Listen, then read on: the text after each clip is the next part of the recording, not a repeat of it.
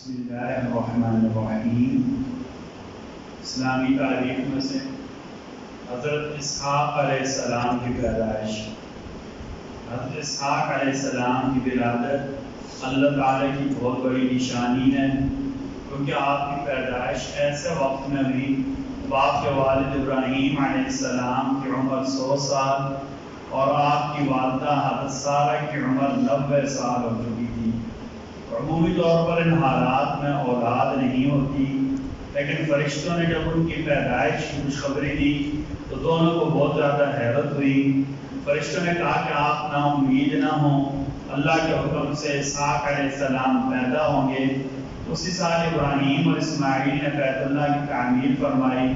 یہ اسماعیل علیہ السلام سے 14 سال سے چھوٹے تھے۔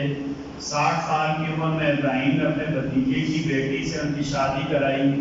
ان سے 2 بیٹے پیدا ہوئے، ایک کا نام عیسو اور دوسرے کا نام یعقوب علیہ السلام تھا۔ ایک سنت کے بارے میں کسی جگہ سے چلتے ہوئے نماز پڑھنا، یعنی آدمی سفر کر رہا ہے، کہیں رکا ہے تھوڑی دیر تو اس کے بعد کیا کرے۔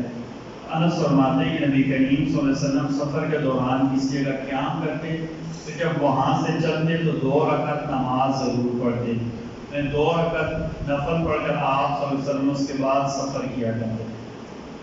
ایک فضیلت اور عمل بری موت سے حفاظت کا ذریعہ۔ نبی کریم صلی اللہ علیہ وسلم نے فرمایا، صدقہ اللہ کے غصہ کو ٹھنڈا کرتا ہے اور انسان کو بری موت سے محفوظ رکھتا ہے۔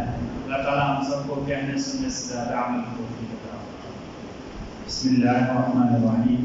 بسم اللہ والصلاة والسلام علی رسول اللہ، بسم اللہ وعلی ملت رسول اللہ۔ ربنا تقبل منا انک انت السمیع العلیم وتب علینا انک انت التواب الرحیم۔